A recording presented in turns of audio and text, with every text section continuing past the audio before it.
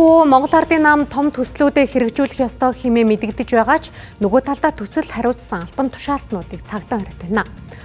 Тодорхойлбол туулын хурдны замын төсөлтэй холбогдуулан нийслэлийн засаг даргын орлогч даваа далайг цагдаа орсон бол Сэлб Дэд Төвийн нэг багцыг гүйцэтгэж байгаа компани хувьзэмшигч Сэргэлэн Баатар нарыг 48 цагийн хугацаатай цагдаа хориод байна.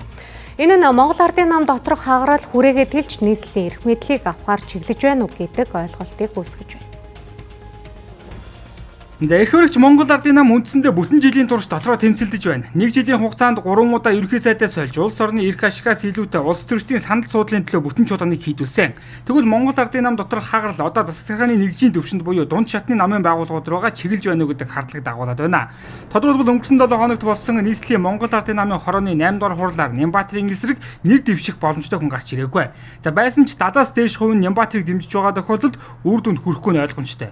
Тэгвэл үүний араас хууль хяналтын байгууллагын үйл ажиллагаа идэвхжиж хотын орлогч даваа далай болон нийслэлийн эрдэнэ зүйчдийн хурдын төлөөлөгч Сэргэлэн Баатар нарыг цагдаа хориод байна. Харин энэ үйл явдлыг хотын дарга Нямбатарын зүгээс өөрийнх нь эрх мэдэл рүү шунсан үйлдэл гэж тодорхойллоо. Нийслэлийн засаг даргын нэгдүгээр урлагч хаашаа урган зайлах. Чи өөр зөндөө аргууд байгаа ш баталгаа авч болно, хилийн хориг тавьж болно. Энэ бузар арга барилаас энэ манай мөрдөгч нар прокурор салаач ээ. Тэгээ тойруулж намайг тойруулж буудаж айлгаж ичээж байгаа бол энэ бол хотлаа шүү. Намайг дуудаад өөрсдөө шалгаа гэдэг зүйлийг би бас өнөөдөр албаасаар хэлье. Миний ажил албан тушаалыг авах гэдэг хэдэн хүнийг хэлмэгдүүлж өрөөсө болохгүй. За улсын хурлд Монгол Ардын намын бүлгийн зүгээс хууль хяналтын байгууллагууд шалгаж нэгтлэх ажлыг хийж байгаа нь Монгол Ардын намтай хамаагүй хэмээн тайлбарлаж нөгөө талдаа Сэлб Дэд Төв болоод туулын хурдны замыг хэрэгжих ёстой гэж онцолж байна.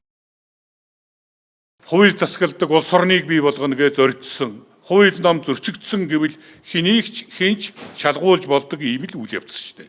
Тийм учраас энд одоо гайхаад байх зүйл байхгүй гэдгийг зориуд хэлчихмээр байна. Тэгээ эргэлзээ байна уугүй тэрнийгээ шалгаасаа л гэж бодож байна. Тэгээд эргэлзээ байхгүй болох юм бол хэрэгжүүлэх үгүйгээ олон нийтийн хилцүүлгээ өчигдөрөөс эхэлж авах шиг байна тийм ээ. Тэрнээс шийдвэр гарах болов гэж бодож байна. За миний хувьд бол туулын хурдны замыг гүйцэлдүүлэх одоо хэрэгжүүлэх ёстой гэдэг байр суурьтай байгаа гишүүний нэг. Хэдий тийм боловч нөгөө талдаа мэдээж одоо хууль хяналтын байгууллагууд нь одоо хянах ёстой. За нэг өсөндөө улсын хурлын төвшөнд Монгол Ардын намын гишүүд дундыг өрсөн аль аль талыг нь 100% дэмжиж болон үгүйсгэж чадахгүй байдалтай байна. За энэ байдлаараа цаашд Монгол Ардын нам доторх хагарал дээд шатнаасаа дунд цаашдаа анхан шат руугаач халдварлаж сум баг хорооны төвшөнд үргэлжлэлээр байх төлөвтэй байна.